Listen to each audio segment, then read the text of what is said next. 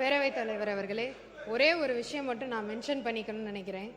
சிவகாசி தொகுதி பற்றி பல பிரச்சனைகள் ரொம்ப டார்ச்சர் பண்ணி ஒரு விஷயங்கள் எதிர்கட்சியெல்லாம் பண்ணாங்க. அதாவது பிரச்சனைகள்லாம் முடிஞ்சிருச்சு, அதுக்கப்புறமும் ஆர்ப்பாட்டம்லாம் நடத்தி பெரிய ஒரு மக்களுக்குள்ள ஒரு அவங்களுக்கு இடையில ஒரு கன்ஃபியூஷனை உண்டு பண்ணிட்டாங்க. அதுக்காக நான் இதை பதிவு பண்ணணும்னு நினைக்கிறேன்.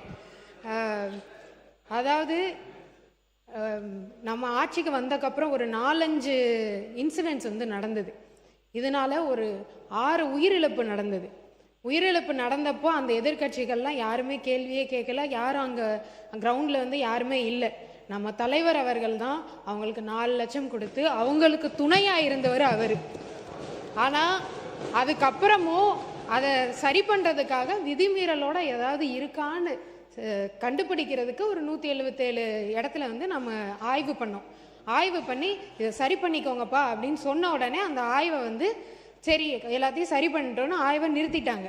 அதுக்கப்புறமும் இவங்க ஆர்ப்பாட்டம், கண்டன ஆர்ப்பாட்டம் அதெல்லாம் ரிலீஸ் பண்ணியாச்சு. ரிலீஸ் பண்ணி எல்லாரும் மக்கள்லாம் வேலைக்கு போக ஆரம்பிச்சிட்டாங்க. அதுக்கப்புறமும் போய் கண்டன ஆர்ப்பாட்டம்லாம் பண்ணி மக்களுக்கு இடையில ஒரு கன்ஃபியூஷனை உண்டு பண்ணி வச்சிருக்காங்க. அதனால சிவகாசி மக்களுக்கு நான் சொல்லிக்கிறது தான், எல்லாமே நல்லபடியாக திறந்து நீங்கள் எல்லாரும் சந்தோஷமா வேலைக்கு போய்கிட்டு இருக்கீங்க.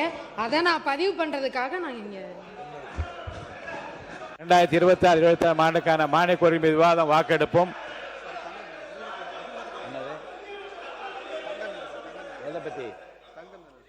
மாண்புமிகு உறுப்பினர் தங்கம் தென்னரசு அவர்கள். மாண்புமிகு பேரவைத் தலைவர் அவர்களே, மாண்புமிகு தொழில்துறை அமைச்சர் அவர்கள் ஏதோ சிவகாசியில் இருக்கக்கூடிய பட்டாசு தொழிலில் ஈடுபட்டுக்கூடியவர்களாம் அப்படி சந்தோஷ கடலில் மிதந்து கொண்டிருப்பதை போல ஒரு மாய பிம்பத்தை இங்கே உருவாக்குவதற்கு முயற்சிக்கிறார்கள். உள்ளபடியே இங்கே இருக்கக்கூடிய நிலைமை பட்டாசு தொழில் மிக கடுமையாக பாதிக்கப்பட்டிருக்குது. நானுடைய அரசியல் காரணங்களுக்காக சொல்லவில்லை. நாங்களும் போராட்டம் பண்ணோம். எதிர்கட்சியில் இருக்கவங்க மக்கள் பிரச்சனைகளுக்காக போராடுவது என்பது ஜனநாயகத்தில் எங்களுக்கு இருக்கக்கூடிய உரிமை. நாங்கள் மட்டும் கிடையாது, நாங்கள் போராட்டம் பண்ணதுக்கு பிறகும் கூட அந்த பகுதியில் இருக்கக்கூடிய பொது அமைப்புகளை சார்ந்தவர்கள் எல்லாம் உண்ணாவிரத போராட்டங்கள் இருந்திருக்கிறார்கள். அதில் பொதுவாக இருக்கக்கூடியவங்க எல்லாருமே ஏஐடிசியோ அவங்களே ஆர்கனைஸ் பண்ணியிருக்காங்க. அதில் சர்வகட்சியை சார்ந்தவர்கள் அத்தனை பேருமே அதை கலந்து கொண்டு அந்த போராட்டங்கள் நடந்து கொண்டிருக்கிறார்கள்.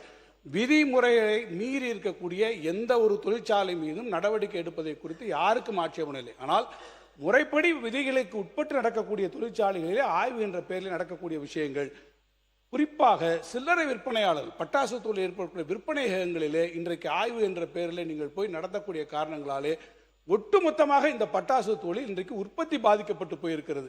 நீங்கள் அடுத்த மழைக்காலம் வரப்போகிறது. மழைக்காலம் வந்தால் இந்த தொழிலை நீங்கள் நடத்த முடியாது.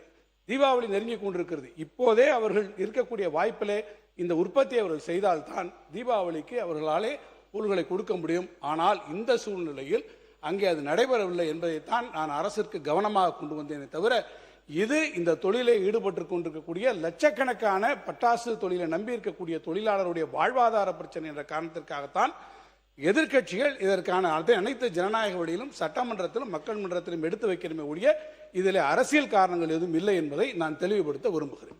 மாண்புமிகு தொழில்துறை அமைச்சர் அவர்கள். ஜனநாயகத்தில் எல்லாரும் ஆர்ப்பாட்டம் பண்ணலாம், போராட்டம் நடத்தலாம். ஆனால் அதை நம்ம சால்வ் பண்ணக்கப்புறம் போய் கண்டன ஆர்ப்பாட்டம் நடத்துறது தான் என்னோட கேள்வியாகவே இருக்கு. எல்லாரையும் நம்ம தொழிலாளர்கள் பாதிக்கப்படக்கூடாதுன்னு சொல்லி நம்ம தொழிலாளர் நலத்துறை அவர்கிட்டையுமே பேசி 2 மணி 3 மணி மேலே இருக்க அரசாங்கத்திட்டையும் நம்ம பேசி எல்லாத்தையும் சால்வ் பண்ணக்கப்புறம் கண்டன ஆர்ப்பாட்டம் நடத்துறது மட்டும்தான் என்னுடைய கேள்வியா இருக்கு. அதனால தான் இங்கே அரசியல் பூத்தப்படுது, இது அரசியல் ஆக்குறாங்க அப்படின்ற ஒரு காரணத்தை நான் இங்கே வச்சுக்கிறேன்.